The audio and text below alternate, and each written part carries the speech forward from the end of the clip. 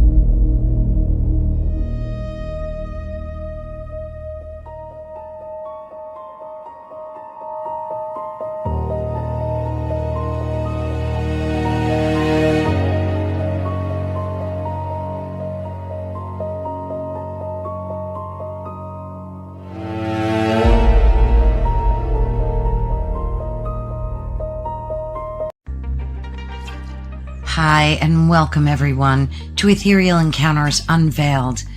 Today we are broadcasting live on the United Public Radio Network and the UFO Paranormal Radio Network, 105.3 on the Gulf Coast and 107.7 FM in beautiful New Orleans.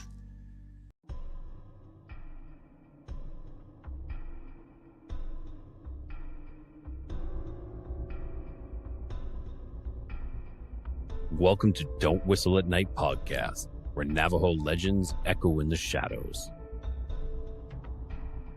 Darren and Dawn will guide you through the sacred fire of native storytelling, where the old stories breathe, the unknown walks among us, and voices, long hidden, rise to be heard. And remember, don't whistle at night.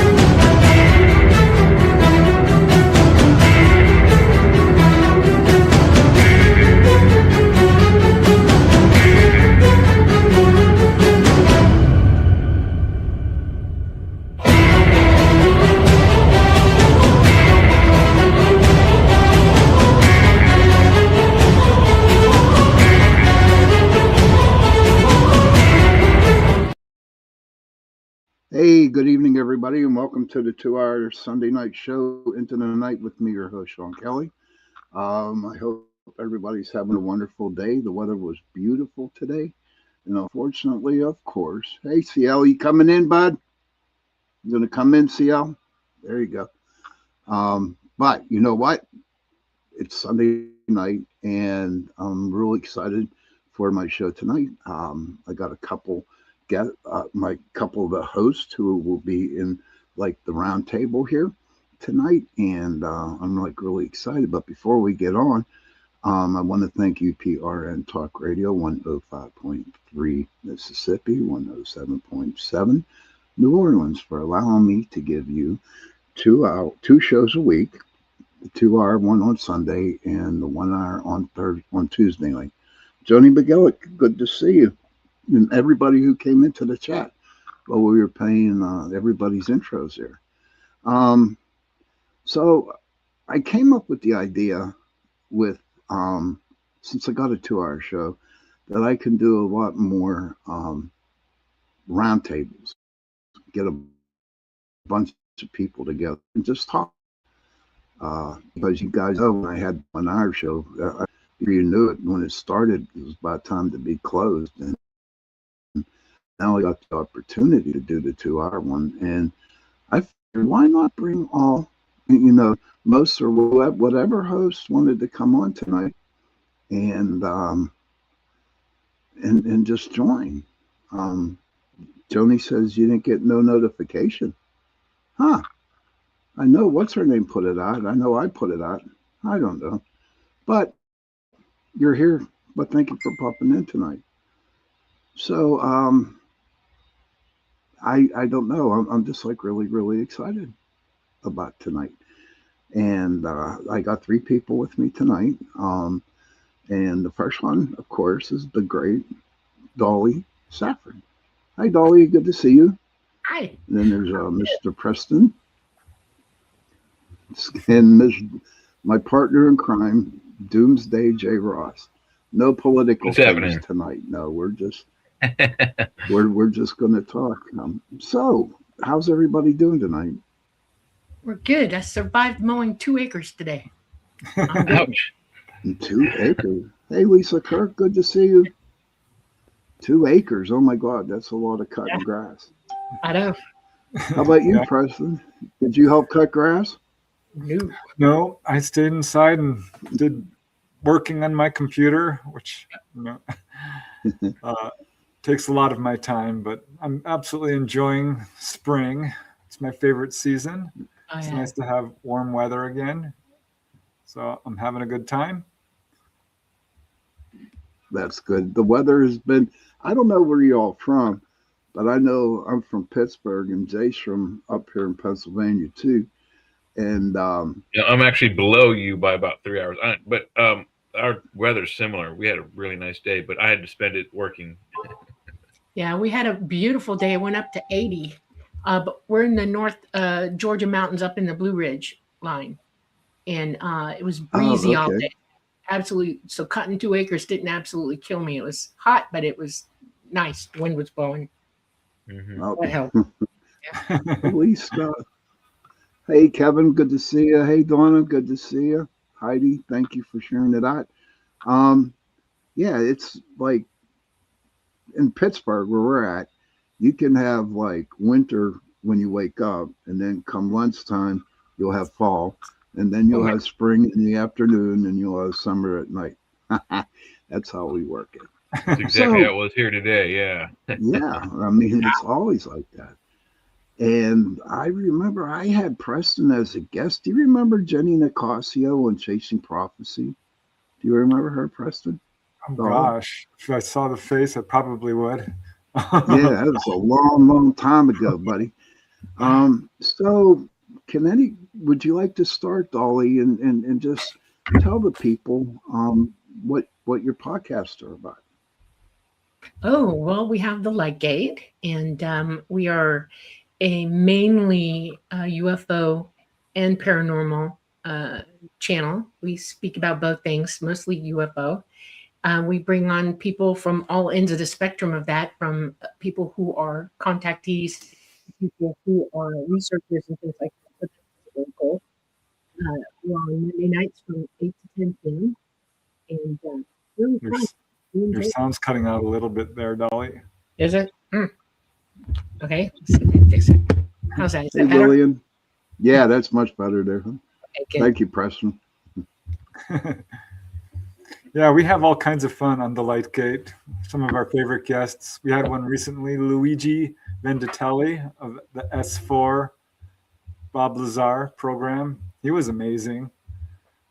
Brian Allen, who talked about the Rosslyn Chapel in Oh the wow, UK, wow. which I had no idea about. But another Yeah. big It's got guest. some interesting stuff. It does definitely. Yeah. Oh wow! I mean, whoever built that, I would like to talk to them. It's crazy. I Do you, think do you you'd know have to Kathleen get into a McGowan? time machine. No, Preston, you don't know Kathleen? oh no, it does not ring a bell. Uh, she was married to Philip Coppens. He's since deceased. Pretty famous and very well read UFO researcher. She has loads on Rosalind Chapel. You should reach out to her on Facebook. She is an expert. All right, what was her name again? Right. Kathleen McGowan, McGowan. All right.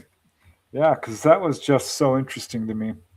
We've had a lot of really wonderful guests. Stephen Bassett, James Fox. He was amazing because he's Hmm. did the phenomenon and all kinds of stuff. Stephen Bassett, Kathleen Martin. We love her. Cheryl Costa, Denise Stoner. We really are Wow. just blessed to have had so many wonderful guests. Uh, We're Isn't I'm it? going up, on Isn't it? 3 God, years. 3 years We've been on now. it almost 3 years. We're like 1 or 2 shows shy of 3 years total. So that's wild, you know? That is wild. That's crazy. But since you really like dig into the UFO a little bit, I would like to ask you a question, and we can kind of like put UFO and Bigfoot at the same thing, and in the same question here. When people experience Bigfoot, sightings, um, there's a lot of UFO activity that surrounds it. Okay, and I was wondering, do you think that the Bigfoot and the UFOs are like together? Like the I UFO putting the Bigfoot in the other dimensions. I think that Bigfoots are natural to hear. Okay. They are they're they're natural to hear, and as they are as interested in us as they are in them as well. They're very sentient. They're very intelligent beings on this planet, and we've encroached on their natural habitats like you wouldn't like crazy. And they react to it by pulling back and being even more aggressive about not wanting to be seen. I know that people have seen ETs take up Bigfoot, and I was curious about that myself, and I did ask, among my contact, and they said, yeah, they pick them up like we pick us up, and they're very good about, how did he put it? He was very, very, very put a shield over it, sort of, like a curtain over what he said. He said they're very good at giving us information about how well the planet's doing in ecologically. And I thought, oh, all right, well, that makes some sense to me, like the watchers are for us. And Right. so that's all I know about it. That's as much. I've only one other time in my life I've heard one. I didn't see it, but boy, did I hear it. And that was a long time ago. And that's pretty much all I know about it. yeah, I've had a How couple of about you, Bigfoot Russ? encounters. Yeah. Have Uh, you? Have you? oh yeah. Would you like Like to share like it? Dolly, I didn't see them. My best one was I knew a lady who was having regular contacts with the Bigfoot. She's a contactee as well, and I certainly know she is because she showed me UFOs on a couple of occasions. So when Bigfoot showed up, I'm like, oh well, here we go. This was like my third case involving UFOs and Bigfoot kind of coinciding. Right. Uh, so I went up there because she wanted to show me some stuff where the Bigfoot had climbed the tree and kind of cracked it open. I talked to her son and her roommate, who both verified her story, which is quite extensive, really. But she's like, I know Hmm. where this thing lives. I'm in telepathic communication with it, which was really interesting to me because that does turn up in a number of cases. People are communicating with it telepathically. I think they're very psychically advanced, probably more so than most humans. So Their we, brain is definitely Um. larger for sure. yeah, Yeah. uh, Absolutely. she But she said she oh, knew where it lived. So we went up there around dusk, and it was just a few miles from her house, really, which was on the edge of the LA National Forest, uh, not far from the 14 and the 5 freeway, really. Turned out this is a Bigfoot area. I looked it up. There's quite a few reports there.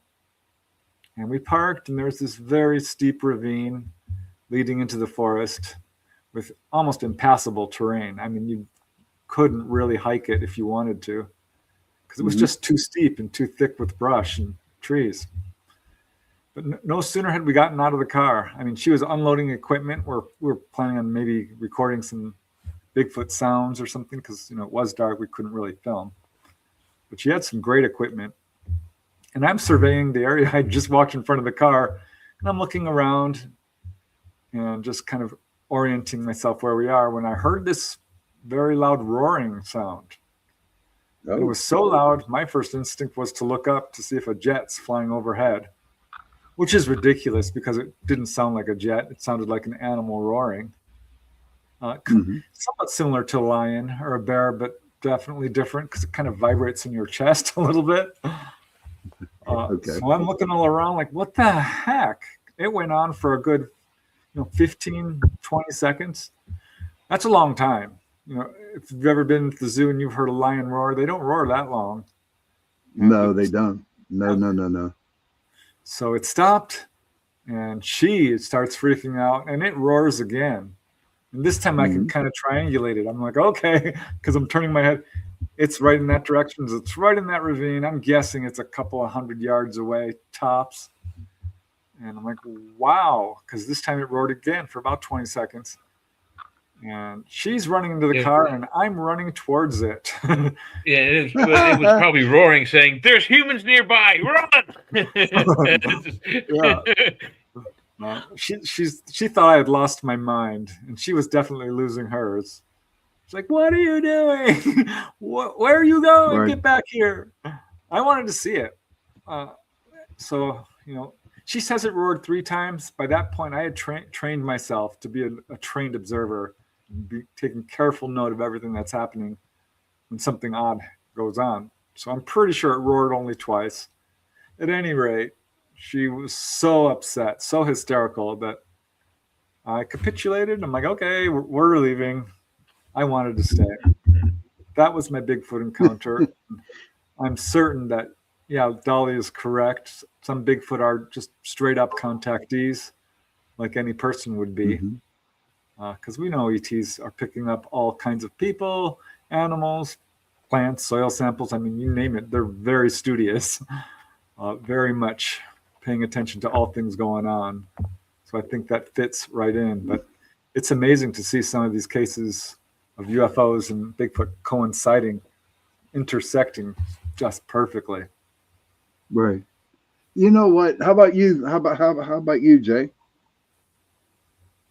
uh, I definitely don't think that they're linked, or there's a lot of speculation that they're dimensional beings. They can open portals. They can disappear like predators, like a predator from the monster, the movies where they can make themselves invisible and it's like a hunter.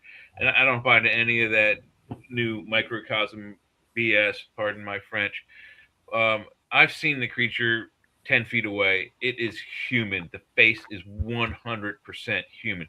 It, like they say, the chimpanzee is like 99.99999% human.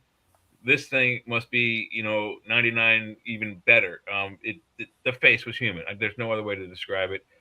It was 13 feet tall, smelt like the Dickens, and it screamed in my face. And if Preston heard that scream, he can attest to this. Once you hear that, especially when it screamed in my face, literally looked at me and went, Well, and That had to be on terrifying. that How far back face did you is, fall before you ran? huh? How far I back was in did you a house. fall I was before in a you ran? house. Yeah. I Oh was in God. a house. Oh my He was God. in the wow. window. He looked inside. He was on the we were in the second story of the Oh house, gee whiz. Yeah. and Oh, Oh. damn, his dude. face was in the window of the house of the room we were playing with. And when he noticed I was watching him. When he noticed I had seen him, he looked right at me, and his face went from like I guess joy to Yeah. anger. He just yelled at Oh. me. And then we all ran downstairs where the babysitter was, just in time to see him jump off of their little play clubhouse thing that he was standing on to look in the window. And this thing jumped down into their sandbox and then took literally two Joe steps. Fox. It was Boom, gone. boom, and it was gone. Yeah. Wow. And they Joe Fox, disappeared, good to gone. see you, buddy. And we followed it the Oh, next wow. day. I So, know They there love was. Joe, looking in windows, don't they? Huh? They love looking in people's windows. Yeah. Well, they're also attracted, like sharks are attracted to the sounds of kids playing in the water. It's an attracted to them. They become, especially oddly enough, I kind of stopped researching Bigfoot after this, but I still keep up with it. I listen to any news I hear about it. One of the speculations is that usually it's the elder um, members of the species of the Bigfoot that are, I guess they're trying to relive their youth or whatever, but they tend to gravitate towards playgrounds and things where kids are making noise, which was what we were doing. There was like Yeah. 5 or 6 of us. Me and all my cousins were in like a guest bedroom, jumping on beds and making all kinds of racket. And Wow. I don't know how They're long he'd been probably watching it, telling but you all to this. shut up. No, he They wasn't making. probably. He didn't make any noise. He didn't make any noise. And but while we were playing, I was just sitting on one of the beds, and I smelt this awful thing, and I was like, I told my cousin Mike, I'm like, dude, one of your baby twin brothers or sisters has a dookie in their diapers. Let's take him down to the babysitter for because we were like 5, 6, 7. I think 10. My Mm. cousin was 8 or 9. We weren't changing diapers. That was what the babysitter was paid for. So and that's when I noticed him in the window, and he noticed me, and he screamed at me, and everyone went back and screamed. We all ran downstairs at the same time as he booked out of the backyard. That But makes we were able sense. to follow. We Yeah. were able to follow his tracks the next day. We could see where he landed. So, well, they had like this. It was called Lincoln's Cabin. It was just a little play clubhouse that me and my brother and sister had, and my cousins, Mike and Sean and Brian, and they all had the exact same playhouse, but theirs was in Ohio, ours is in Maryland. And he had been the Wicked was standing on it because the slats on the roof had been bowed in where he was standing, and the second floor window of the room that we were in from the outside were two huge 5-fingered handprints, muddy, Mm. dirty ones on either side of the window. I mean, like a house window. That's a big span. I don't think I could lean 10, 15 feet standing on a. I'm too short. So he had to have been at least 13 feet because he was leaning on using the building as to not fall off the thing he was standing on. I'll be damned. But he That's left two pretty huge interesting. footprints in the sandbox, and we could follow his feet as he ran through He went through 3 backyards before he turned into the woods, and then there's a creek there, and he disappeared. He used tactical techniques to lose people. He went left or right on that water, and probably for Wow. a mile or two before he walked back out. We could never have found him. We probably searched for weeks or days and never found where he came out of the water. We have a Wow. That question shows intelligence. That from shows intelligence. HVP. This HVP would what species is a Bigfoot, and were they a civilization? Okay. Unknown and unknown, but Yeah. speculation is Gigantopithecus or Australopithecus. But I disagree with those because Australopithecus is I think it's a 3'8" human, and Right. Gigantopithecus was 4.1 feet. Something that small evolving into something large, I don't see something that large evolving into something that small. Yes.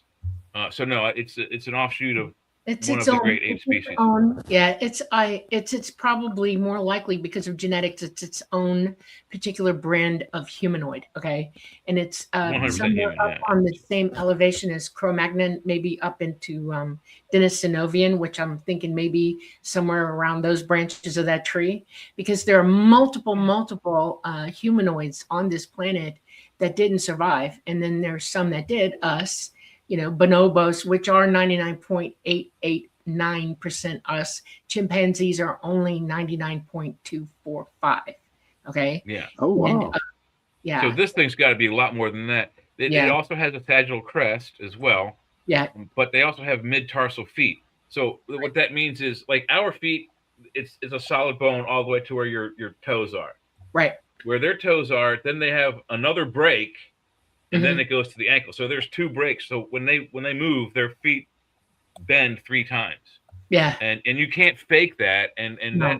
that That's, that speculation is actually shown in the Patterson Gimlin film, which there's some people out there trying to debunk it still. But I'm with Jeff Meldrum on that. If you watch when the Bigfoot stands its foot up like this to take a step, you can see the foot bend in the middle and then bend at the toes, like almost Yeah. like backwards on its own leg. Yeah. Uh, Well, that would show why you they're can't so fake that. put it in their footprints. Okay. Every footprint I've ever seen of a Bigfoot is a very flat foot, like it just stood there and they took a print of it. It was completely Mhm. flat. I'm like, how does that happen? And you're describing thank now you. how it's possible. When it's at rest, it looks Yes. flat. It's bending in the middle. That's how. That's crazy. There, Some of them even there are have only a that few. in the middle of the print. There are only a few that actually show the sagittal crest, or not the sagittal crest, the mid-tarsal break. Yeah. But Meldrum has several casts of an individual that had some sort of pathology with one of its feet. It must have had a broken foot or was damaged in some way. You know, maybe hunting or what have you. And that's what clued him in onto where the mid tarsal break was, because that's where the damage was on the casting he has. And so that's what kind of drew him into that. And then when he was analyzing, and no one else knew this, but when he was analyzing the Gimlin film, he's like, you know, there it is. And when he first found it out, I was like, holy cow, yeah, you can't fake that. That's that. I mean, no, I mean, come on, Stan. What's the guy who did the Terminator and the Predator monster movie makeup? Yeah. The famous makeup artist. He's dead now too, unfortunately. But he would hire you in an instant if you could fake that. You would have a job for life in Hollywood if you could fake that Bigfoot film. Absolutely. It seems crazy that if you were going to fake it, you would go through the lengths of making it a female Bigfoot as well. Yeah. Well, it was also Jeff Meldrum who pointed that out. No one else had pointed that out. Jeff Meldrum pointed that out to the world. And when he did, I was like, holy I mean, I didn't say crap, but I said, holy crap. When I saw that show happen. Yeah, there's no doubt it's real. The case you're talking about is Old Cripplefoot, is what they nicknamed him. Yes. Oh, really? Cripplefoot. Because hey, listen, everybody, we're going to go on a break here. Okay. All right. Okay. About a 2-minute break, and then we'll come back. Okay. Sound good? Mm-hmm. So everybody go out, get a cigarette, go to the bathroom, get something to drink, do what you got to do. And we'll see you in about a couple minutes. Okie doke. Here we'll go.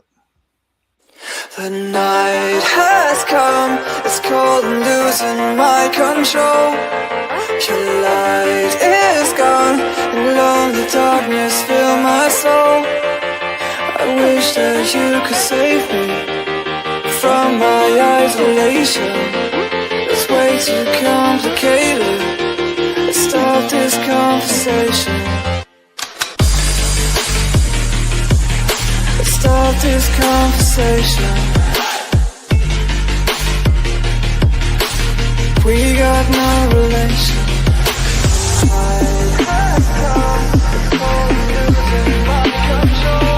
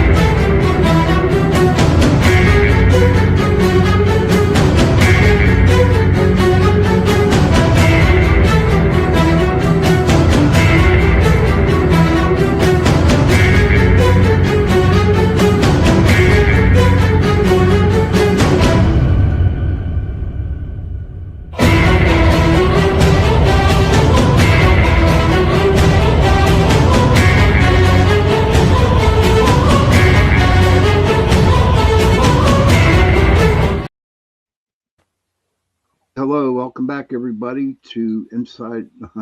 What's the name of my show again?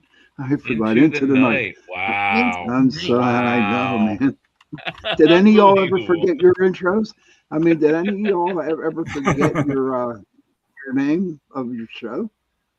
Oh, please say yes. I'd say I feel embarrassed now. That'll help. So this is something I'll say political of the whole show, but we can call this a Biden moment.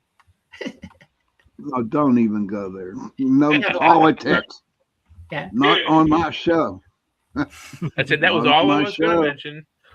Nah, bullshit. You'll find something else to do. No, I'm joking. But No, no, no, no, no we were politics. talking about Bigfoot moments ago. Yep. Yeah, but do you know my friend Donna Copus? When you mentioned the Not personally, but I know Watchers, who she is. Dolly, Yes. Say again. Do I my know your friend friend Donna Donna Copus. Coates? I've Yeah, heard the name. I do not. I don't know much about her. Let's put it that way. I saw she the show she is did the with Sean. She's pretty good. she is an what they call it? She the maiden of the Watchers. She's Shawnee, and she Mhm. would call. They call the Bigfoot. They call them the Watchers. You know, Hmm. and when you mentioned Watchers, okay, I like, oh, there's Donna. Yeah, she's been on my show a couple times. I just wanted to share that with you. That's Personally, cool. do I? Yeah, that might be Personally, why do I? the watchers here. Mhm. Yeah. I mean, it's great. I mean, the only experience I had with Bigfoot was down in West Virginia. I was at my friend's house, and they live on a mountain. They live around a lake up there. And Ah, one morning, I was out having coffee with them, and nobody was working, nobody was out, none of that was happening. And all of a sudden, I heard two loud knocks, real loud knocks. And I'm like, Mr. Bigfoot's here. You know what I mean? It could be. It could have And, been a Mrs. Bigfoot. Come on now. Equal but no, opportunities. what I wanted to share with you is I have another friend. He goes by man, Squatchman, and he's I've from seen him on Facebook. Mississippi. Yeah. And what he says, what he because he's been doing it for over 40 years, and he was telling us 2 weeks ago that the reason why they stink, okay, where they get that bad smell from, is that it's usually a female, and what she does is she releases the smell to protect her juveniles. Hmm. That's what I don't Squatchman. know if I don't know about that. I can't say for sure because I only saw it from its face, which was about 10 feet away in the window, and it was huge. I mean, the face, the skull and its face, it took up the entire lower half of the window. The window was open, and there was a screen there, and it was fall and rainy. It was Thanksgiving weekend actually, and this was in Boardman, Ohio, just outside of Youngstown, Ohio, not far from you there, Shawnee. Um, Hmm. and I would guess 8 o'clock ish at night. And if you look at the spot on like Google Maps, it's extremely industrial around where my cousin's house was, and still is. I mean, it hasn't really changed. It's probably gotten more industrial since in the 45 years or whatever since. But now the thing is that this guy smelled horrible. I mean, I just like How do you a know it combination wasn't of a female skunk. though, Jay? I How don't, do you know I it know, wasn't but a female? just the smell. This, because I saw just the face. The face looked, it looked to me like an elderly man. It had facial hair. It had a long handlebar, like a fireman's mustache that came down. Big beard. It had wrinkly face. The bulk of the face was naked. Everywhere else was hair and long, and it was Hmm. dreadlocky and probably covered with feces. I mean, he smelled like skunk, poop, and the great outdoors all combined at once. But if you stood long enough, you'd probably, lose your lunch. And then when we saw it from the back, it had to have been at least 13 feet tall, at bare minimum, to just do what it was doing to touch the side of the house like that. Uh, and then the depressions that it left in the wet, soggy Thanksgiving morning grass, we were able to follow him quite well. But the sandbox, I mean, it was like probably 2 or 3 inches deep. In the grass, it wasn't. It was maybe a half inch deep because I guess maybe it was so wet. The grass and the sponginess of the water made the impressions fill back in. I don't know, but I think it was a dude. It looked like a male Okay. face. Always trust what you feel. Trust your Yeah, they gut. don't get much taller than that. But I do Nika, wonder. what Yeah, what's that, yeah, they buddy? don't get much. They don't get much taller than that from all the accounts I've studied. And I've always been Yeah, that's curious about the about the max. odor because many people who see a Bigfoot don't smell it. It's Yeah, Oh, not as really? common as you Oh, might think. So they would be that's the what I. first That's I got primate. it first. Yeah. Yeah, they would be the first primate in that we know of to have scent glands that they can Hmm. control. Okay, But can if I you've say ever been to something? the zoo, you certainly know that I've been trying primates for 5 minutes. can smell. My mic was out. Listen, look, as a zookeeper, I'm USDA certified on a whole bunch of animals. Okay, I also took, animals in college and stuff like that, and I've read about them my whole life, and I've had a lot of hands-on experience with monkeys and apes. Okay, and what I can tell you about them is that different monkeys and apes have different needs to either smell really good and be very clean, and others don't. One of them is a Yeah. sloth. Okay, sloths are a type of pre monkey. Okay, and they literally allow themselves to become stinky, and they grow lichen all over their body and mold, and it protects them. It keeps them safe from invading bacteria. I also know that there are other monkeys like gorillas and stuff. They're incredibly clean and hate water. They'll dip in it, they'll drink it, but they won't bathe in it either. But they're Yeah. meticulously grooming one another's, but they have very short hair. Then there's other monkeys that have really long hair, like y'all described with Sasquatch, Bigfoot. And it may be that because they're not I know that people have said they've seen them swimming. You'd have to prove that to me. I'd have to see a film of one in the water, and it might have been a special situation. But an animal or a highly developed humanoid ape would probably use filth on their bodies as a barrier to other things that they don't want to catch. Okay, humans used to Well, and roll also was mud. for smaller animals as a barrier against predation as well. Right, But exactly. And the the thing warning is about the thing you said about them swimming, I'd say I have to agree with that. I haven't heard any stories of that. That's interesting. yeah, But well, there would be a the reason this because what I know about the anatomy of apes and humans, we had a predilection to learn how to swim, but we're not carrying a ton of hair in our bodies either. Okay. yeah, And you have to have some body fat to be buoyant. They have no body fat. They are they're very muscular. 99% dense muscle, excuse me. And it is, in my estimation, they would not be good swimmers. They'd sink, you know? Their bones are also thicker and denser than ours as well. That's right. Because I think the thing is that our species is not native to Earth and theirs is. That could be one speculation, but I agree with that. They probably do have a rudimentary ability to swim. The speculation that the way that they travel, particularly across the east and west coast, is through caverns underneath all of the states. So they're able to bypass, you know, thousands of miles of populated human areas, and I'm sure that there's some certain underground pools that they have to traverse, whether they build a boat like a tool like a monkey might, or a great ape like us would, or they swim across it or walk across it if it's not too deep. I think they have some knowledge of having to cross water. wow, that's interesting. But we have a question Okay. from Mika Kennedy. Yeah. Ancient text speaks of peoples coming from the water before the Younger Dryas epoch, whatever that means. The Are Younger there Dryas, the Younger civilizations Dryas in our epoch is deep the waters? big thing. Yeah. Yes, there is, and the civilizations you're talking about are with there are two that I can speak of a lot on. We could probably fill the whole show with it.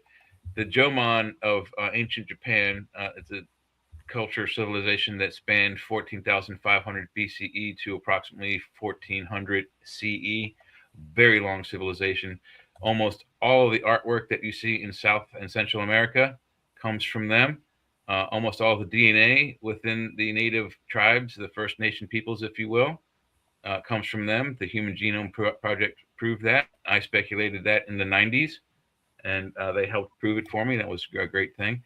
Um, they talk of a group of things called the Dogon, or the I'm not the Dogon, the Dogu, Dogu, Dogu, and it's got like a weird accent on it. I'm not sure. It's a Japanese word. These creatures are said to have come out of the water in suits that the man with the hair, Mr. Tsukalo, says are outer space suits. Well, they're not. They're the exact opposite. They're water breathing suits for a reptilian or amphibian alien species. I don't know which one. Probably the same as the Dogon, which are in Africa.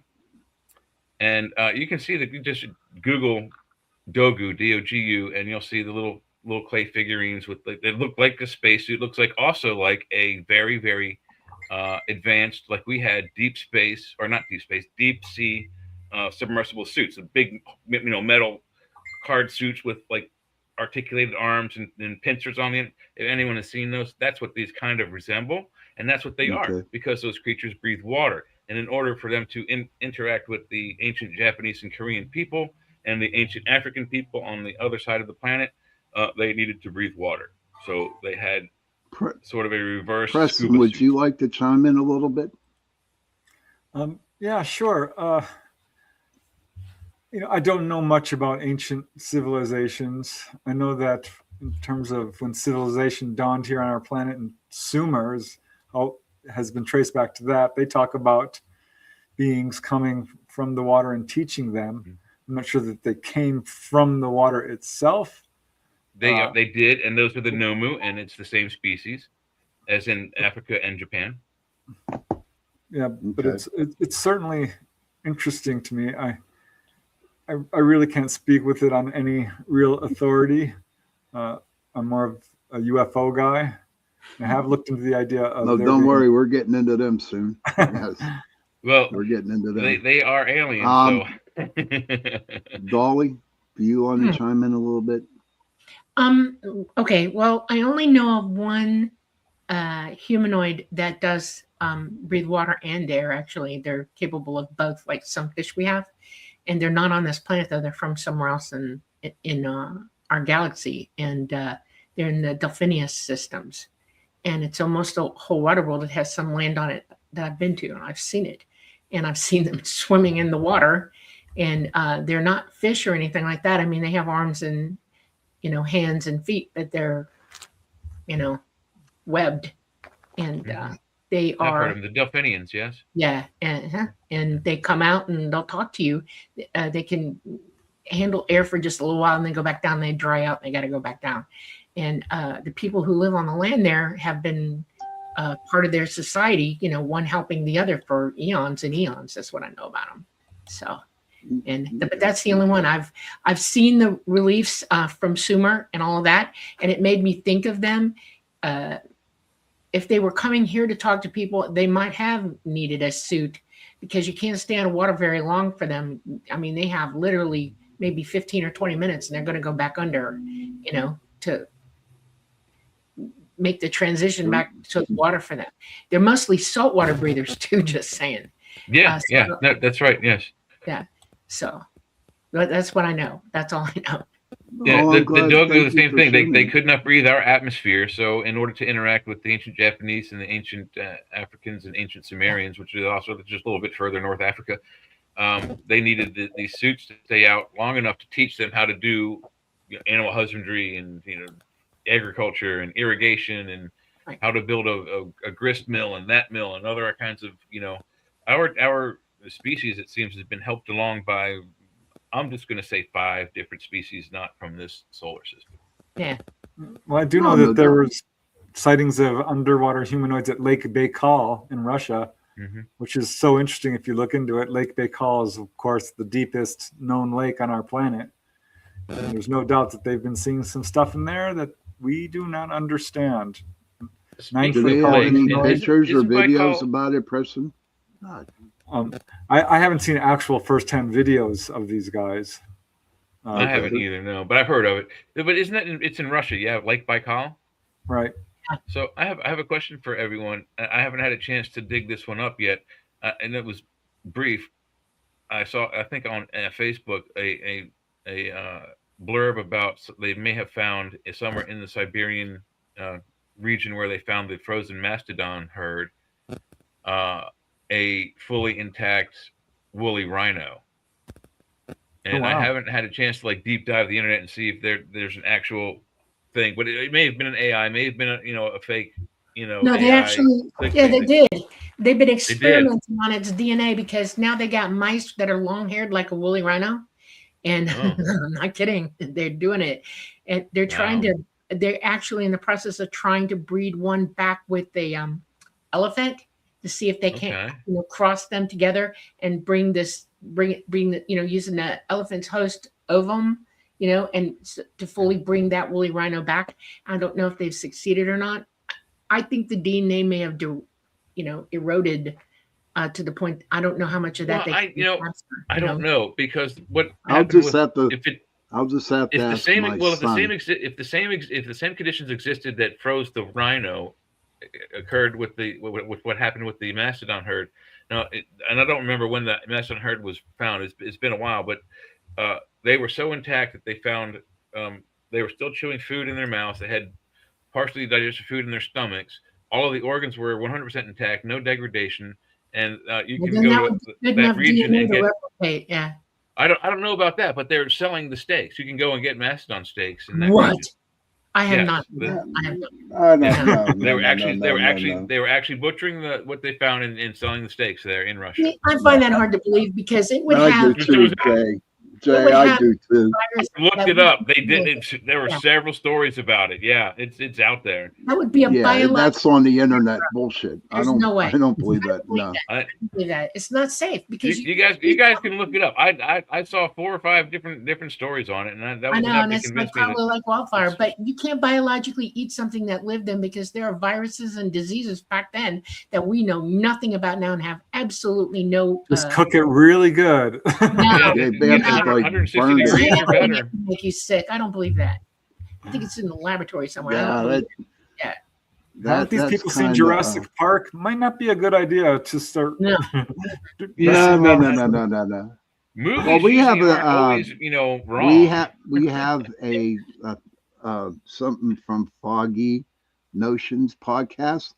Hey, She says Augie. that retired Naval Rear Admiral whistleblower testimony states an object the size of a city block was underwater moving at 500 miles per hour just within the last 2 years. Even if ET had bugged out, can't they remain? Can't there remain? Something like that. Yeah, No, not at I all. think Not that's even a Admiral Gallaudet. yeah. I have no doubt that there has been throughout history a lot of USO activity. And there was a case in 1947 where they were able to track an object all the way down the Southern California coast, which was quite large. They finally lost track of it. I don't know how large these crafts are that are underwater, but there's no doubt in my mind that there has been an enormous amount of USO activity, and that we're only Columbus hearing the talks very about them. tip of the iceberg of this. Yeah, Columbus talks about it. Several green objects came from out under the water around his flotilla of ships on his way to America. Yeah. We have That's we right. have too many our coastal places everywhere around the world. The way it slopes up, you got a coast, you got coral reefs everywhere and everything. An object that big could not get close to land, okay? Because if it's 500 Yeah. feet in diameter, it's got to be at least 300 feet in depth. That's Yeah, it's huge. deep. So it would only be in running deep water, and they wouldn't know. I think that's BS. I'm calling it BS. That's not There you possible. go.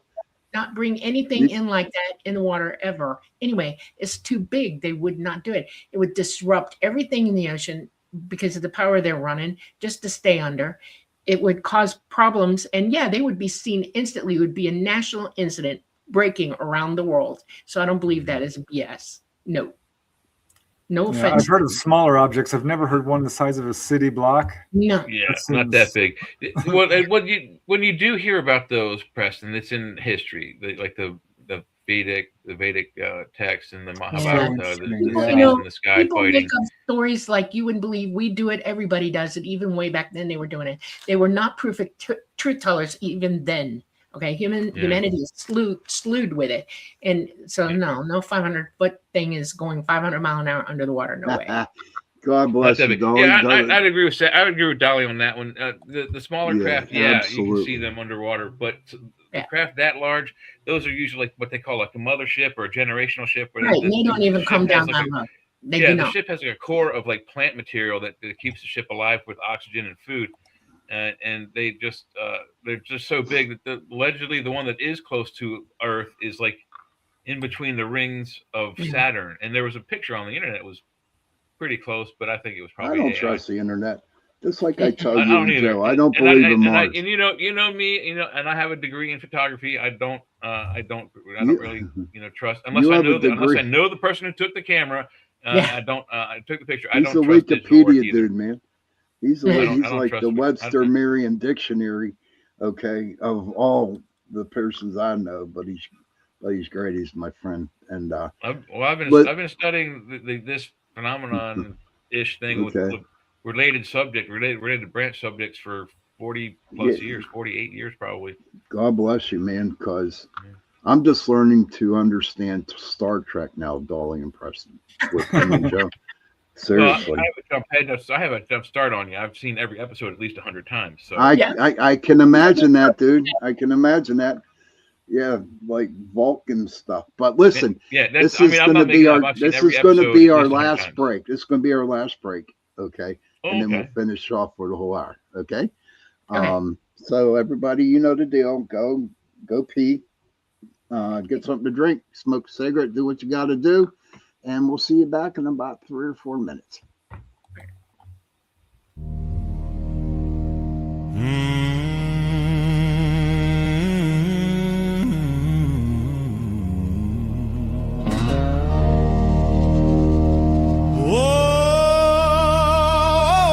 I'm so jealous of these guys' promo. It's so good.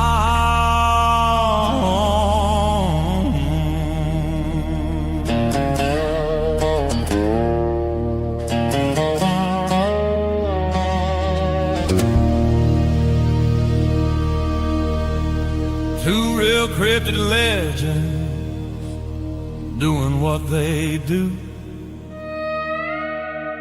bringing information for me and you.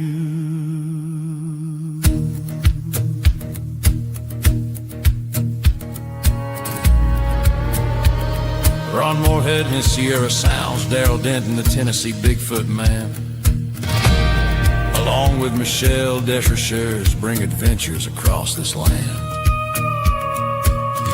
So much information brought to you each week, actively out there looking as the truth they seek.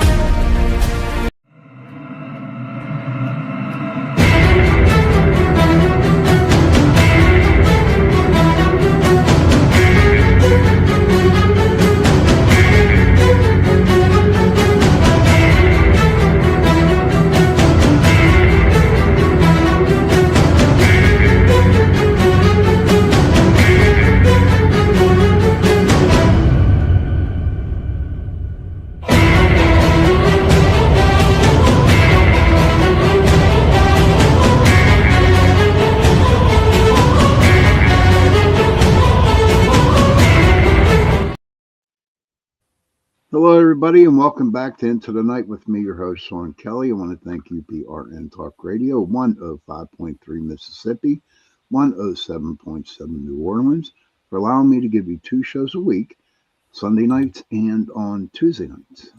Tonight, I have a wonderful roundtable here. I got Dolly Saffron, I got Preston Bennett, and of course, my dear friend, Doomsday J. Ross, where I usually get gray hairs when I'm on the show with him. So. But Kat, hey Kat has a question. Has anyone heard of a craft shaped like a hot air balloon? It was not. It was a craft. Have you heard about it? The closest thing would be maybe the Kecksburg device or the Die Glurke from in World War II Germany's secret experiments there. It was more acorn shaped, not hot air balloon. No. There's a story also of Preston maybe knows the first one. I think it's in Henderson, Texas. It's in Texas, 1890 something or other. Is the story of an airship that crashes in Texas on a farm way back, in post cowboy times. But the depictions of it when it's in the newspaper are of a hot air balloon, but it was not a hot air balloon. It's that they didn't know what a spacecraft looked like, so the technology of the time that they had for flying was hot air balloons. So that's what they drew. That's the Aurora, Texas case, which is pretty Yes, interesting. thank you. If you look I into knew it, somebody knew it. but as far as shapes of UFOs, yeah, I certainly have heard that. I've heard pretty much every shape you could possibly imagine. They generally fall into a few main categories. Saucer shaped is, I would say, by far the most common, but people do describe egg shaped, manta ray shaped, V shaped, spherical, cigar shaped. And a good number of these are due to the person's perspective and how they're looking at it. So something can appear very much cigar shaped until it comes down a little closer and you see it's saucer shaped. And then it kind of turns and you realize, well, actually, it's kind of more spade shaped even. So a lot of these can be due to perspective, but certainly I've heard people describe like a top, a toy top, which is very much like hot air balloon. Some like of these Kecksburg. are our own as well. Well, but some of the Billy Meyer stuff, particularly the later ones, the ones he faked, were very, very top-like. Yeah. Such a shame. He had some great photos and then started putting out all these. The real ones are so fantastic, but the fact that he later on, just to make money, because the UFO stopped letting him take pictures, he started making fake ones, and that just deteriorates the validity of the original stuff. It's a shame, yeah. Yeah. What were you going to say, Dolly? Oh, I agree. Most craft that come down in our atmosphere are shaped round, circular, for a reason. Basically, slice into we have a really thick atmosphere to begin with, and it heats up really easily around them. And so they have to be able to dissipate heat off it or get water or go into the water to cool off. And it's a safer craft for them to fly in to see us. That's why. There are craft that do not come into our atmosphere that are really interesting seeing. And people have seen, way up in the sky with telescopes, they've seen something that looks like a mothership, and they're more of a boomerang shape, of what they can see of it. But ET has a tendency to array however they want you to view them. They can change their skin in a second. They can make lights they're like cuttlefish. You don't know what you're looking at all. Well, really? But also with their mental powers, they can make you see whatever they want you to see. So their skins are like the technology and the powers they have, we can't imagine really what some of the things they can do. But one of the things I think is fascinating about the USOs, that we don't have this ability, but apparently they do. And I don't know why they call it multimedia, but their craft are multimedia, so they can fly out of the water into the atmosphere, no glitch. Then they can fly out of our atmosphere into space, no glitch, and backwards. We have no craft that can. We have weapons that can become submersible, like a torpedo. Then it's a missile. Then it's a torpedo. It's called the sea lance. That's it. We don't have any, piloted vessels can fly into the water, go around underwater, pick up a fish for dinner, and then fly back out of the water back to home. We don't have that technology. Yeah, it's because of So the energy that's they're operating. It's the energy causes them, the electromagnetic energy of craft can create an inner field to protect them while they're on the inside and just outside the skin, and then they have another one way on the outside to protect what's inside. And oh yeah, yeah. if they're operating and their emitters are pushing out everything, it's like it doesn't even affect it at all. They go into the water and everything is pushing away from it. They could become somewhat interdimensional under these circumstances as well. So it's like you Yeah. look at them and you go, huh, how are you doing that? Because they look like they're just going through it, and they are, because they are outside the dimensional space that we're in. There's an Yeah, So excellent what you're example. so what you're Have you guys seen saying? the What, video of the Hellfire missile oh my hitting a UFO? Yeah. Think. Yeah, it's awesome. It barely drifts off course, and Yep. and the debris that comes off the missile follows the UFO. It's Yeah. like what? Because it gets stuck in their warp bubble or whatever you want Right. to call it, Well, and it's it follows electrically, them. it's dragging. Yeah, it's the metal following the Yeah, magnetism of it. Yeah. yeah, Yep. Yeah. it's amazing. Foggy Notion podcast has said that former U.S. Air Force intelligence analysis Wenville Logan, who worked with the Pentagon's UAP task force, described viewing a clear daytime high resolution video of a massive dark circular USO. It was reportedly larger than an offshore oil rig, moving at 450 to 550 knots underwater. Now something the size, that's That's different. If doable. it's That's doable. 500, yeah, but it's still pretty big. But it's not, it's not a 500 diameter device. No, it's Um, it's what they're seeing is this, the energy around it. That's the clue. yeah, Okay. If it's dark, they have all the emitters pointed in a way that it's slicing the light all the way around it. So all you see is a yeah, dark. All right. And it's huge. What's in the middle of that is not. yeah. It's Okay. only the size of like an aircraft carrier. Yeah. I They call it mean, Yeah, that that trans. that I can believe. yeah. Yeah, Yeah. They call it What were you saying, transmedium. Preston? Yeah, Okay. I've heard the term transmedium because these objects yes, not only travel through, outer space, but our atmosphere, the oceans, and frankly through solid matter. Because Yeah. there are well, a number of also cases. they've been seen going in and out of volcanoes, so probably they can go in and out of liquid magma without any. I Yeah, mean, but so through trees, through right, buildings, even. Yeah. they might be able to So, phase through things that way too. yeah. With it, So, like yeah, Dolly says, they're at least partially what we would call interdimensional at that point. But there are certainly reports of USOs moving as fast, across the sky underwater. So we're talking well in excess of hundreds of miles per hour. Right. So I'm yeah, not yeah. That's exactly sure crazy. how they're doing that. Mhm.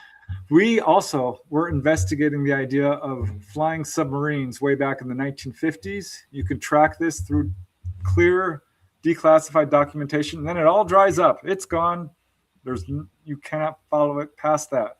So I'm guessing that we have been developing things that probably can go out of the water and into the sky. And Oh, remember, a no, lot of what yeah. people are I'm seeing I'm is kind of an our expert on own. that, and I can tell you for sure the U.S. Navy. Now during World War II, there was an actual thing called a submersible aircraft carrier. Japan deployed two different versions, a version one and a version two. Version one had an aircraft that it could launch but could not recover. The aircraft had to go somewhere else. Mhm. Uh, the other one could launch two aircraft. It could either launch two fighters, or a fighter and a spotter, or two spotters. But it could recover either one of the aircraft, and they had to load it could only carry two aircraft. Period. But it was a submarine to come up, open up, and launch two planes. And they used one of those during the early morning hours of Pearl Harbor. That's how they knew that Yeah. the ships were at harbor, because this plane had flown over and misidentified, luckily, several ships as carriers. Otherwise, they wouldn't have come. But anyhow, but after that, the U.S. Navy was not. They didn't really work in World War II, and there was a brief thing. My dad did some top secret work with the Navy, and we asked him about this, and he said there's no interest in the Navy to build a submersible carrier or anything of that nature. However, They are working on a helicarrier type of thing that you would see in the Avengers movies, which is kind of like a ship that can be it's an aircraft carrier on the water, or it can launch into the air. They are actually actively working on that right now, and they may even have a working prototype. You know, the What I R-22 Raptor, the yeah 22, it can come out of the water. So it can come out from under, they have an aircraft carrier that it launches from. It's underwater. They flood the compartment. They start the engines up because they have an internal air system on them that works for it for a few seconds. You know, it's got like 30 seconds. Boom, boom. It comes out, it floats up, they ignite, and they're straight out of the water with it. that's And I crazy, have man. seen it. It is real, and they do them with the R-22s. That's why their engines have those really fine, small intake valves, you know, and they pressurize them in so they're jetting out the back. It's one That's of the crazy. really cool things about the Raptor. They can also fly at Mach 7 if they want to in our atmosphere. Yeah, So, more than that. Oh my gosh. yeah. More than that. Okay, I have More than that. okay. But since we're on the UFO thingy, Okay. so UFOs, and then there's a bunch of aliens too, and there's like a certain amount of aliens, and I would like to get your opinion on what do you think, you and Preston and Doomsday here, think who is the nicest and who is the meanest, and Dolly, we'll go with you first, Well, then I only have Preston, one then thing to Jay. say. Anybody who's evolved enough to get here is not going to hurt you. They may watch you, they're looking at you, they care about what's going on here. We're an interesting bunch of people to them. We're related to them, actually. So nobody here is being attacked by evil people who are coming from other places, aliens, as you call them.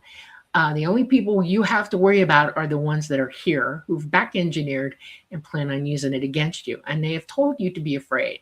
So now we have all these people talking about all these different alien species that are going to eat you, and it is all BS. You haven't been hurt yet. You're not going to be hurt. And the only people who will hurt you are the ones you live with here, period. That's a pain in my backside point to make to everybody. You need to stop thinking that this is happening. It's not. They're not even here right now. Look at what you're doing on this planet right now. I mean, we could talk all night about every stupid, dumb, stinking, thinking thing that's happening to humanity on this planet, and it's all us. Okay? You can't blame ET for any of it. And I'm tired of ET being blamed. Period. Okay. Okay. Thank you for sharing, Dolly. Preston, your thoughts? Or are you right there with Dolly? Yeah, I align with her after talking to so many people, and it's hundreds.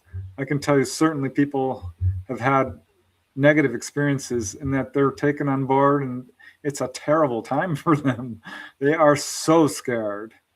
And I'm not going to gaslight them and say that, oh, this is good for you, when, it was clearly a frightening experience for them. But having interviewed all these people over and over again, the very worst I hear is people being laid out and physically examined, and they're fighting all the way. Right. And you can, if you touch someone, if you so much as touch someone who's in complete terror, they're going to scream, "Oh, you hurt me!"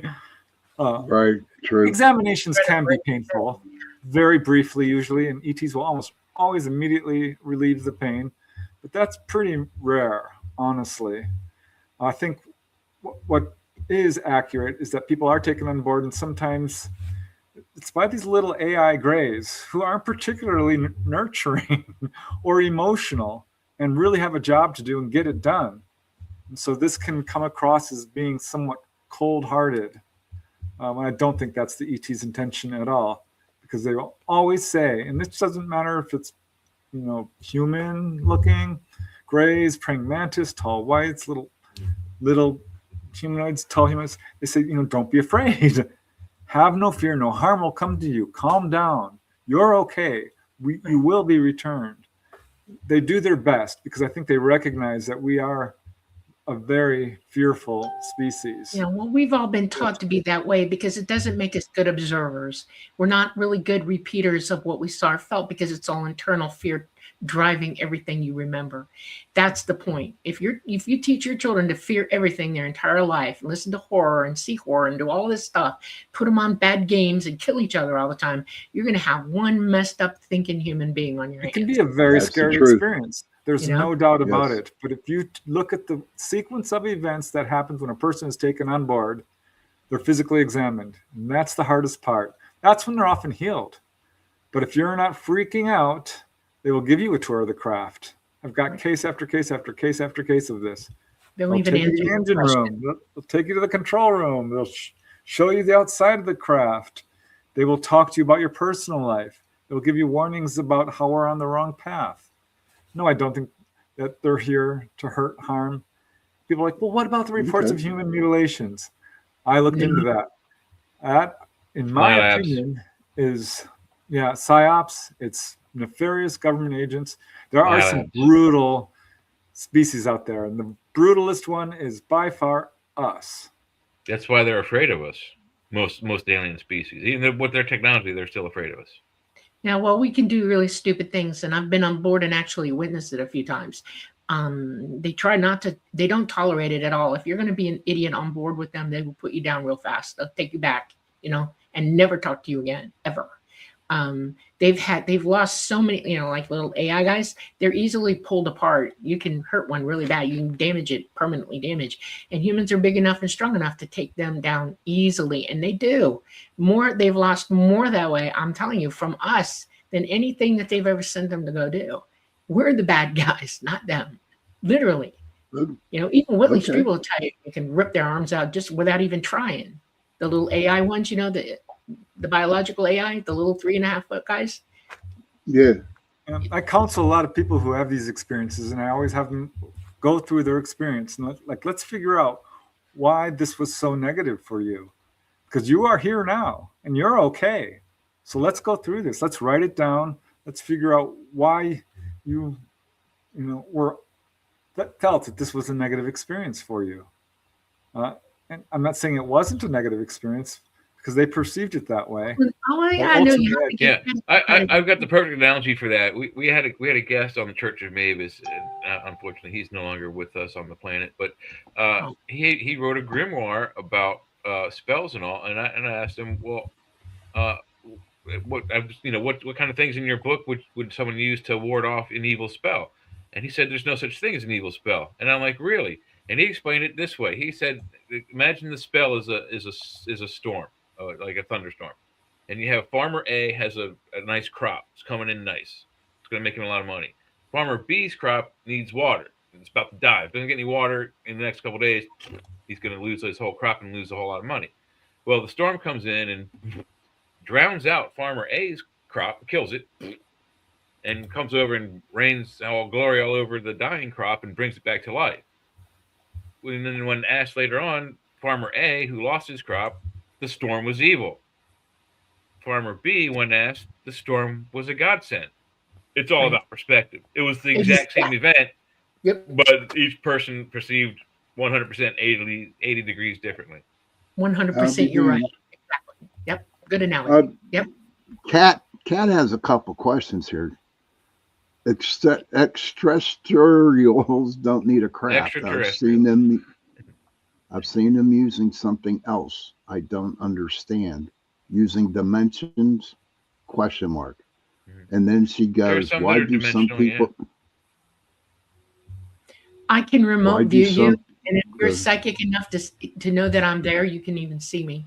I can manifest in front of you. Remote view. Yes. Yes, I can show up. I've done that. Why do some people say they've had a I'm sorry. Go ahead. Where you are. Right. Yep. You can also OBE and freak people out. Yep. Yeah. I have the best OBE in the world, and I might share that with you if we get some time.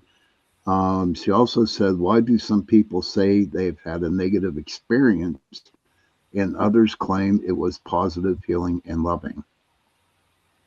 Well, we think we went over that. Or yeah. The only other reason would be a MyLab, and they do happen. Okay. Yeah. And those aren't pleasant. No. They're not, and it's hard to. And when you start talking to them, you start checking off the Hey, checklist. Kason. There's definite signs that this is a my lab, and then bringing them to that understanding is really hard because they're really freaked out. Yeah, Right. on my lab is a And military abduction, and the thing about my labs is oh, really? they often target people who are having genuine ET experiences and try to Huh. basically turn them to the dark side. Yeah. It's really unfortunate. Remember, That's ETs have been unreal. around for a very, very long time. They're incredibly advanced. They're flying circles literally around our aircraft. They have the ability to take anyone at any time. They could take over our planet if they truly wanted to, and they're not doing That's what I that. thought. That's what I thought, though. No, they're really not doing that. No, their I main can message to humanity literally is, sorry, Preston, y'all need to fix your problems. You're the ones responsible for them. You started this, fix it. That's their main message, So. She also has one more question. my speculation though also, since you said that it's our problem to fix it, I think they're also here to fix something because there is clear demonstrative evidence of massive damage within this inner solar system. The fifth planet is destroyed and is a pile of rubble we call the asteroid belt. The atmosphere and ocean on that planet and on Mars are gone. They're probably on this planet. This planet got hit by something and got knocked, off skew, Right. and either the third planet in Venus either is not from the solar system or got hit so bad it got spun around backwards and spins oppositely than all the other planets in the solar system. Yeah. It is either from another solar system or it got knocked around and got back. Something came through and obliterated this sector of space, and I think part of what is going on is the various species are here to correct something. Maybe it was a mistake they made. Maybe it was a galactic war that we hear about that blew everything up, and they're here to try to bring back whatever species they obliterated by accident. I don't know. That's just my humble. That would be interesting. That's something you can look into there. Jay. We know that there have been 12,000 year iterations on this planet.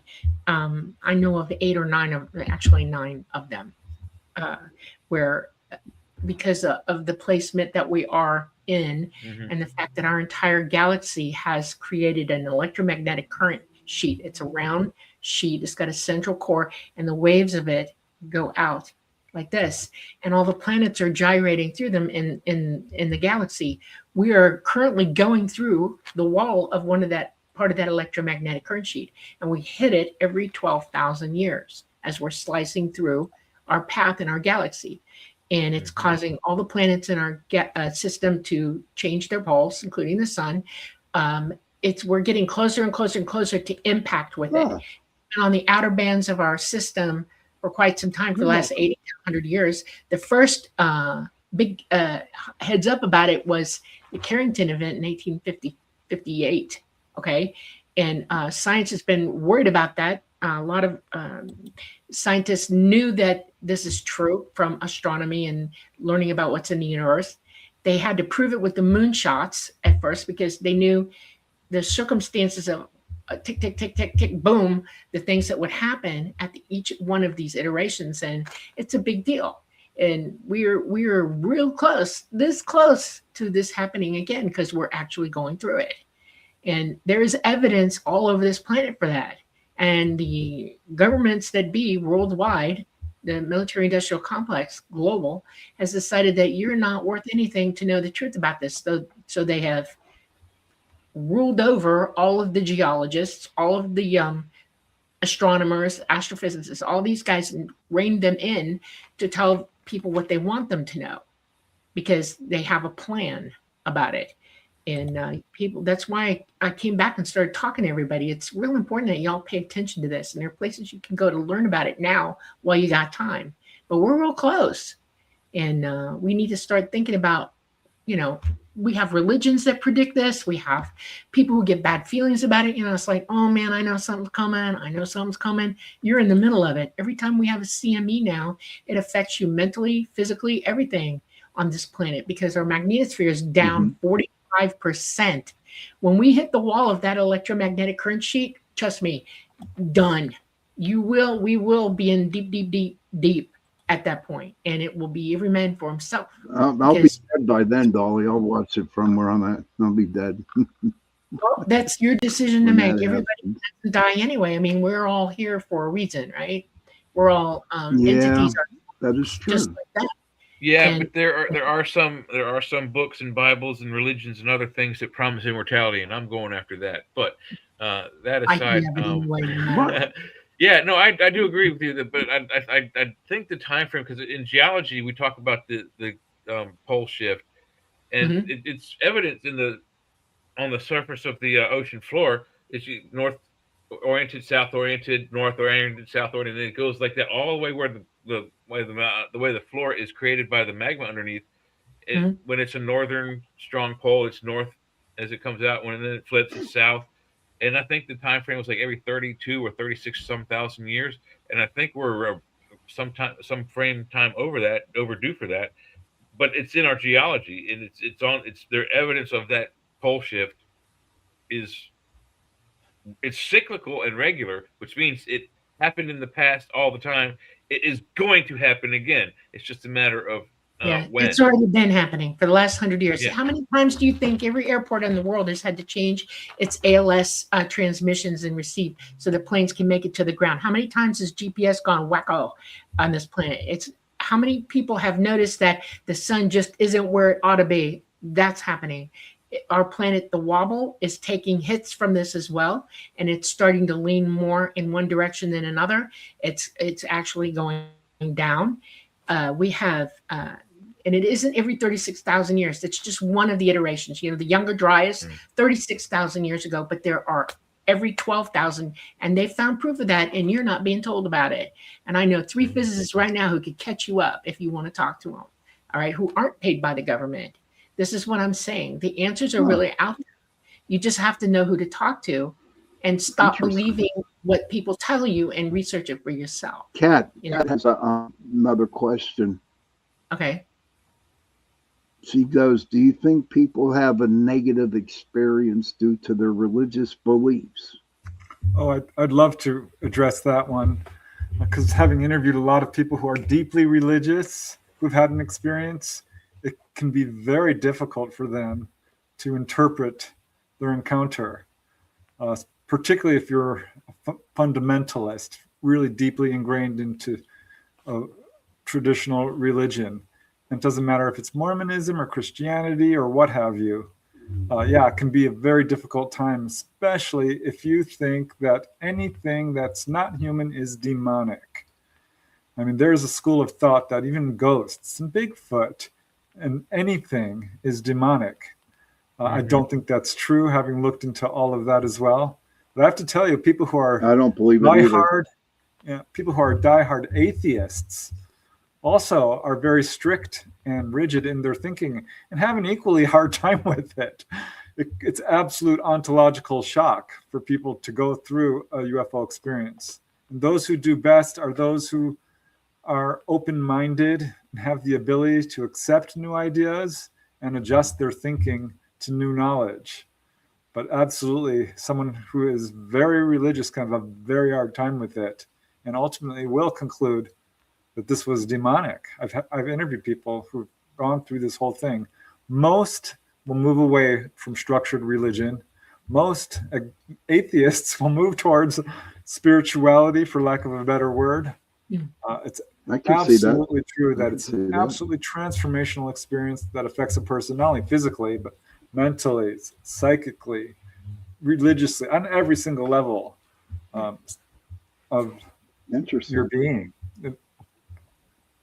We have I hope thousands that of helps you out there. belief system in check. I mean, there's 1,000 Okay, different ways to view the truth.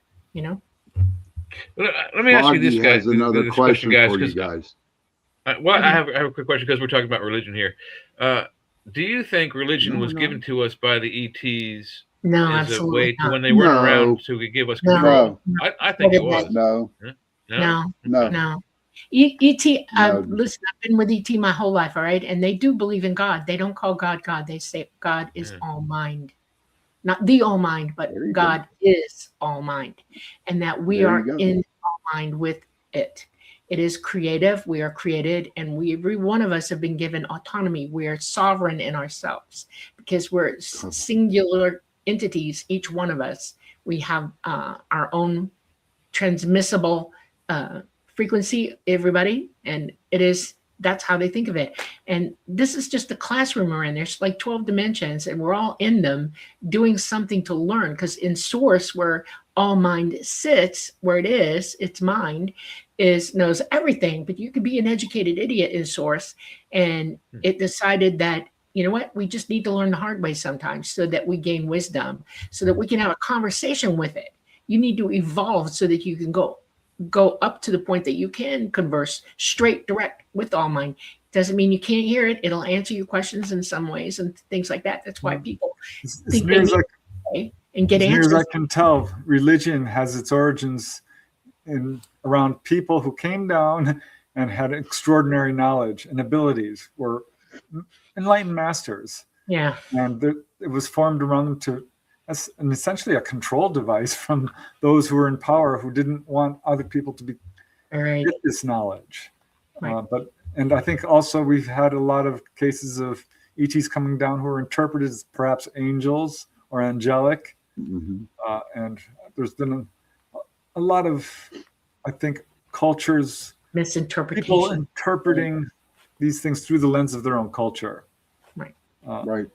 But and whatever level of technology you have too. I mean, you know, this is some advanced stuff we're talking about. I mean, this is rocket science level. More than I'm not there. I'm not there, but Foggy. You started the conversation, so how can you not be a part of it? Charlie, I'm just listening to you three, man. I'm just like, wow. Foggy wants me to ask Dolly and Preston, can you share any insights on Billy Myers, on whether or not he is legit? I don't know who Billy Myers is. I'm going to go first because I'm going to just be quick, and then I'm going to give it to Preston because he knows way more about them than I do. I've seen his pictures. I can tell you point blank that the first pictures he put out were real. Honest to God, real. He was seeing something, dealing with it. After that, it changed and it was bogus from what I was looking at. And the only thing that I can think of myself personally, this is just my opinion, that I think that when the cameras turned off and the people stopped coming around, he wanted it back, that connection. And I think that's what my personal opinion, I think that's what drove it. Okay, Preston. Yeah, Billy Myers is a legit contactee. He exploded onto the scene in the late 1980s with Gary Kinder's book, Light Years. He has an enormous number of witnesses surrounding his experiences. There are literally crowds of people who've been in his presence when UFOs have showed up. The landing traces. He submitted a metal fragment to Marcel Vogel, a scientist who studied it, which showed very unusual properties. He's had healing events. There's zero doubt in my mind he's legit. He's had numerous attempts on his life. I have most of the books on this case, and there are a lot of them. And the early photographs are outstanding. And there's some films out there. If you can get your hands on it, it's floating around on the internet, where he's got a little old-style movie camera, and he's showing up the sky, and you can start to see the ships come in, and there's 3 or 4 of them, and they're wavering around just like absolute legit UFOs. But yeah, at some point it turned. Some of his photographs have been absolutely proven to be hoaxes. There's one of, quote, Semyazi floating around, which they identified as a game show host. Some others are absolutely proven to be hoaxes. And I think some of it could be that his case was corrupted intentionally by those around him. But he's had... Oh, yeah. Wow. This we see, look at what happened with Ed Walters in the whole Gulf Breeze case, which, Ed Walters, I think, is a legit contactee as well. He's also legit, yes. Mm-hmm. Yeah, they found a little model, and turns out that... Yeah, I know the story on that. I know the story on both of those. It's crazy how when a case is viciously attacked like that, it's a red flag that there's legitimacy to it. But yeah, at That's some point insane. it got So, turned. I'm not exactly sure who's responsible for that. Him in well, part. I'm not either. But everything what they both said is correct. What I know of it is that yes, all the first photos and videos or films that he took are legit. Those are actual outer spacecraft from another planet. They're not human made. Right.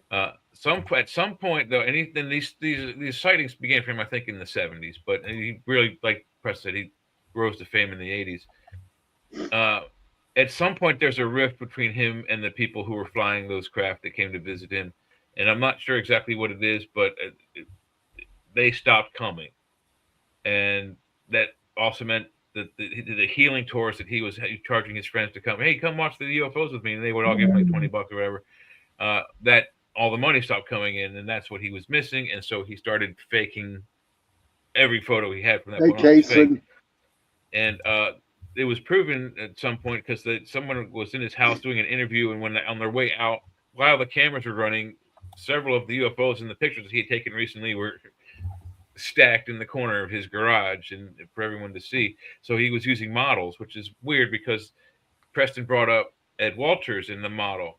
What happened with that model Thank is you, Kevin. that model comes from I don't remember which TV show it was. It's like the Unsolved Mysteries or some alien UFO TV show documentary that built that model to recreate his experiences in the 80s. And when they were done with the filming thing, they gave it to him as a gift because they modeled the thing after his, the pictures he took. So he had that in his home as as a souvenir from Hollywood.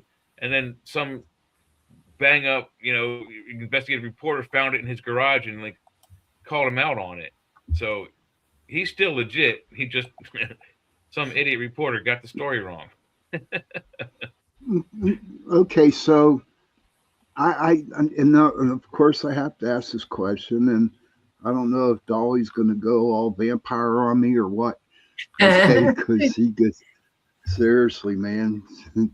But what do what do the aliens think about our government, and why is our government actually holding back a lot of information about the UFOs and the aliens? We are in the 21st century. We're not dumb. They do exist. So why is the government holding back on all this to really just open it up? Start with the Majestic 12. We have a president who bombed to start a war with an atomic bomb. And they let him know real fast that this is serious now. Okay. They became more openly aware, the governments on the earth, that ET was suddenly in the skies watching everything they did at that point. And the Majestic 12 was born. By the time Eisenhower was in office, they were deciding for humanity and no one else, the military industrial complex that was created by them, they were already taking over by Eisenhower was in. Eisenhower actually did get to go aboard, and they questioned him. They were still trying to decide who was going to have a brain on this planet and who wasn't. And he's not the only leader of a country that was brought up. Others were, but you don't hear about them. He's just the most famous of them all.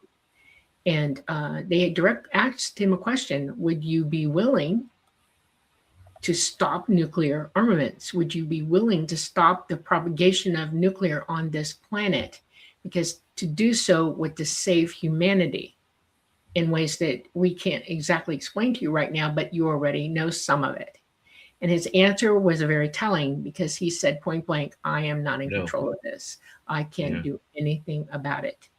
And in his farewell address to his presidency, he warned everybody, outright warned everybody, that the military industrial complex was not something that we should let keep evolving, and that if it had already taken over, we need to somehow squash it. And it never happened, and they did take over, and now they're global. And Truman also, when he abdicated for Eisenhower, he also warned of the industrial military complex. That's right. And who do you think does my labs? Who do you think the men in black are? All of this, Right. all the back engineered stuff. And I know that they farm out a lot of stuff. They have corporations that are doing the bid of the government, because not everybody's in the government's that smart. They farm in people as much as they can, but it's better to relegate to certain corporations worldwide now. I mean, I'm telling you, it's a worldwide experience. The Russians have it, the Japanese have it, the Chinese have it, the French have it, the Germans have it. Everybody's working on something. We just know about us because that's what filters through to us. But back engineering their craft is a number one top priority for them, and it has been for a long time. And they've been. How I would put it is, we think of our government as the executive, judicial, and legislative branch. No. That's who's in control. We know that's not true now. It's the intelligence agencies, and it's the highest levels of the military. They're almost like a fourth branch of pseudo government or secret government. Right. And they're the ones who are running the show at this point. And it's a one funny thing, reason people think the answer to the question why people ask what's the reason that the government is keeping the UFO information secret? They don't have any. It's all in the hands of the military and industrial complex. The actual government has very, very little, hardly any physical material. But the only reason they know anything right now is that they have an agenda. It's called the false flag. It's what I call it. And they're now operating it. And you see whistleblowers coming out. They are dupes. Oh my God. And they're telling what they have been told for a reason. Remember Lazar saying they were feeding me BS? They do it to everybody in the military. Do it, and the whistleblower come out and he's sanctioned to do it, and then they threaten him afterwards. It's not a good thing. It's not a good thing, and you have to qualitatively sit down and think this one through. Why? What's the reason why? What's the ultimate? They're losing their control. I don't think so. I think that we're all going, they will lose their control. If we have a CME that downs our grids worldwide, they have no more control. And we know where they went underground to bury themselves, to protect themselves. And we'll try to get in, and they can't have that. So, but I think overall that they're in fear of losing their control over the planet to the extraterrestrials, and maybe to some sort of utopia that's going to come. We won't talk to them anymore. Well, let's face it, humanity has kind of figured out what's going on, so that's got to scare the pants off of them. Yes, we're in the 21st century. We're not dumb. We are not we dumb. We figured it out. We know who you are. Far and above board. They all know they're here, didn't they? They've been showing themselves quite eloquently all over this planet for quite some time now. I mean, seriously. And people say, when is that going to happen? When is the revelation? When is disclosure going to happen? It's already happened to the people they want to disclose to. Everyone else is all speculation, Quit worrying about what the government tells you. They're not going to tell you the truth ever. I know. I don't listen to the government, but I want to share something with you guys. Okay, a couple things, because we're getting pretty close toward the end. And I don't know. I talked to Joe about it. And I don't even want to get into it. I'm RH negative. I don't want to get into that, because that's like a 5-hour story, 5-hour thing. But what I want to say is, I feel like, and this is really for Preston too, I really feel like I was abducted. Okay. But I remember I would be laying in bed. My eyes are closed. Okay. And I know they were closed. But there would always be a big, bright light, around me and near me. And I thought for the longest time that it could have been angels or it could have been spirit, whatever.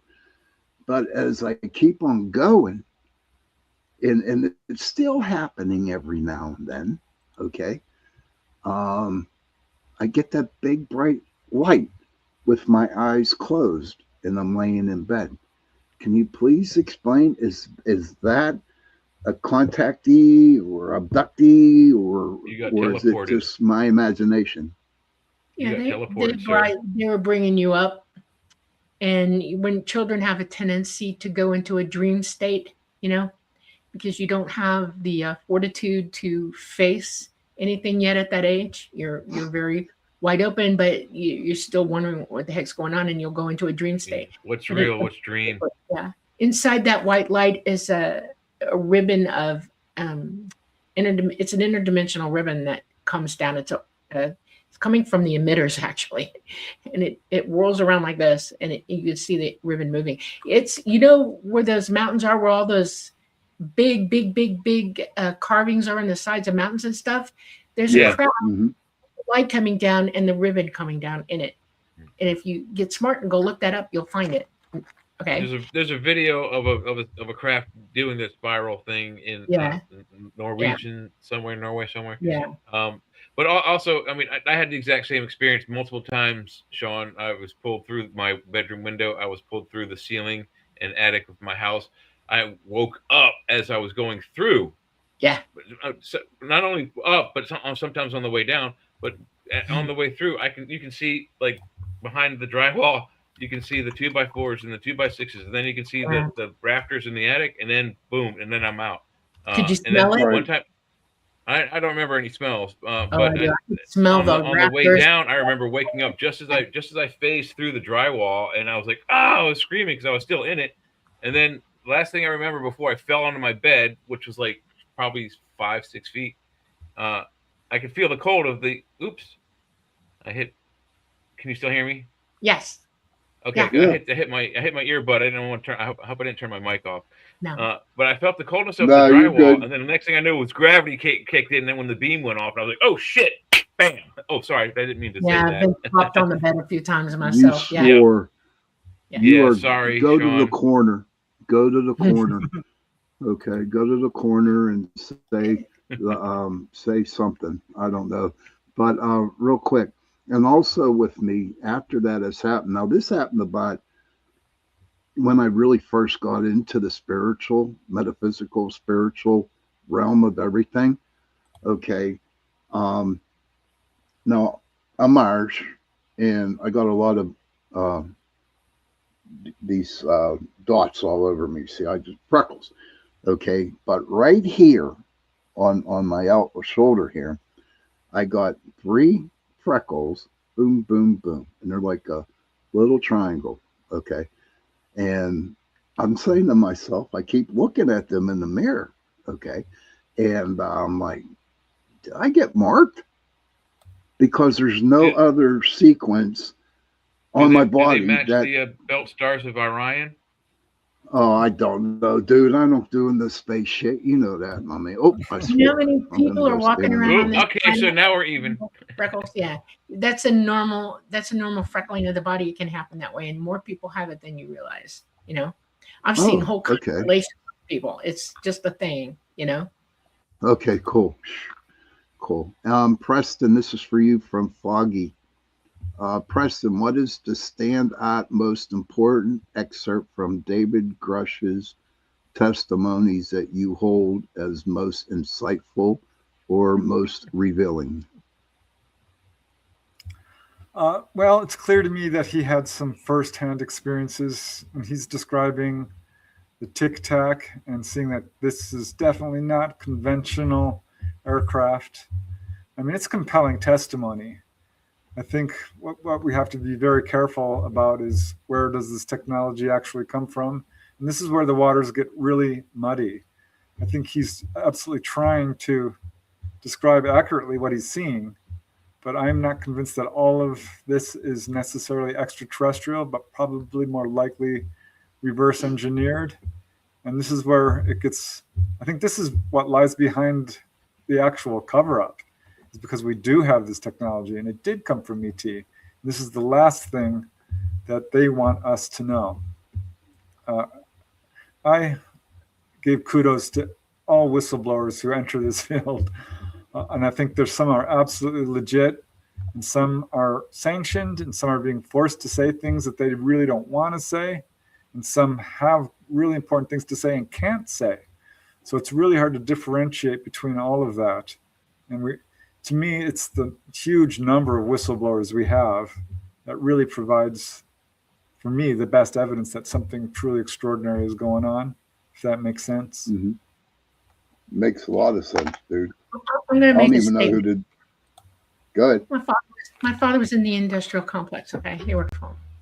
And I swore to him in my lifetime that I would never say anything to anybody while he was alive, ever. And I did not. I did not come out until my father died in 2014, my mother in 2018. And I had somewhere between the two dates, I started talking to Preston in 2016, but I hadn't fully come out. I was trying to explain to him everything that was going on with me, and I was in the process of giving him proof. And then my mother passed away as well. Um, I was terrified of what would happen if I did. I've had it shown to me in spades by these people that say the wrong thing and see what happens to you. Okay, I'm under that gun as well, and I'm very careful when I do speak not to go places I shouldn't, and that's saying something. And there are others Right. like me on this planet who are from families where the kids know. Okay, I'm just going to come right out and say it. The kids know, and they're terrified. They won't talk, and they never, ever will. You won't never hear it. And the only reason I Okay. did is because I'm sick of it. I'm just sick of it. And Mhm. I am at that point now where I feel it's more important to take the risk. And there's some degree of safety in telling the truth, but it's the truth. What is the truth that I'm telling? Okay, that's the thing. Well, that's what really impressed me with Grush. Really, was that he went forward at great personal risk and said the things that they did to him were very much brutal, and you can see that in his. I mean, when he becomes emotional, it's like, wow, this is a very tough situation for these folks to be in. Wow. It may also have been And a tough revelation for him. I feel for the guy. I think he's this decade's Bob Lazar. Pretty I don't much. think You're he's right.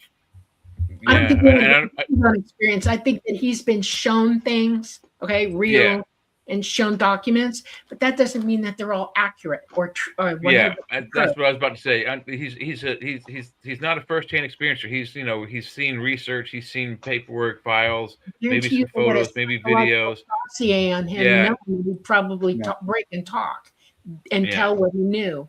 And they do that on Hmm. purpose too. You got to watch out for that. I know that that happened to Lazar. I think that they deliberately knew from his psychological testing that he wasn't going to remain totally silent, and they gave him what they wanted for a reason. Right. Well, they absolutely erased Bob Lazar's past, and Stanton Friedman even proved it because they were, Yeah, you know, you can't erase right all of them. now You can't be that they good. they did. No, there's still there's some traces out there, but when he first came out, they were able to show records of his college careers and the places he said he went to. He was there on those. But then once he revealed who he was, like a year later after the first interview, all that disappeared, and Stanton Friedman was able to only find the only piece of evidence he was find after they squelched his background was he's all over the White Sands complex employee telephone phone book, Yeah. Yeah. and Well, he's there was in there for even a years. newspaper Yeah, article about the guy out there. Come on. You know, yeah. it's crazy. And um, we did Foggy Yeah. has one more name. Yeah. Foggy has one more name, and then I'm going to pull a card. Okay. She wants to know any comments on Chris Bledsoe. I'm not sure who Chris Bledsoe is actually. He's the one that predicted April 26th, I think, or April 17th. I'm not sure what the date was in April that things would happen, and it didn't. And now he's Okay. saying October. Yeah, there's someone else saying in August. We talked about it on the other show. August Yeah. something or other this year that the gravity is going to stop for 7 seconds. No, that's total. It's I funny. like Chris. You Chris Funny. Bledsoe, he's a legit contactee, no doubt. He's also a very religious man, and I think he's got a lot of people coming around him. Yeah. We talked about my labs. There's no doubt that the government is showing great interest in him. He told me as much. I met him personally. He's a very nice man. He was healed by ETs. So I think he's probably having a tough time with this right now. I'm always wary of predictions because we're seeing that, it didn't come true. So that's one way I think of delegitimizing a case as well, is giving a person false information that they will disseminate. So I'm not saying that that's what happened to him, scary stuff, man. but this is just a very complex issue. And when someone's a legit contactee, like Chris Bledsoe. And there's no doubt in my mind he is. He walks a very tight rope. Yeah, it's better if you're a contactee and you've come out, and this is good. I'm giving advice now, okay? You're within the sound of my voice. You need to protect yourself at all costs. You need to remember that your best situation is not to hit the circuit and let everybody have contact with you and come at you and talk to you all the time. You keep your own counsel, and go from that moment forward. You know what you know, and that's it. Don't let anybody get to you, because that can take you down real fast. Well, I just want to mention I was confusing Graves with Grush. There's so many whistleblowers right now. Grush is the one who has a lot of information about the whole crash retrieval program that he heard from firsthand witnesses. He himself is, from what I understand, not an actual firsthand witness. Yeah, he admits it on every interview. I haven't seen any of this stuff in like firsthand, but this is what I know. But clearly, he's gotten enough information to motivate him to come forward, and God bless him for doing that. Exactly. I feel for the guy, but I don't think he really revealed anything new or shocking. I mean, the ATIP stuff came out just prior to him, and that was Hector Elizondo brought and Jeremy Corbell, who are also like kind of newcomers on the scene. I don't know how long you guys are doing. I've been researching UFOs 48 plus years, 45 years. Wow. You got like 8 years on me. Yeah, 49 years. And I stopped researching Bigfoot because I saw him and I was like, well, I don't need to search and see if he's real anymore. I know for a fact. Now I just keep up with the news and see if we find out when they capture the guy, safely. But okay.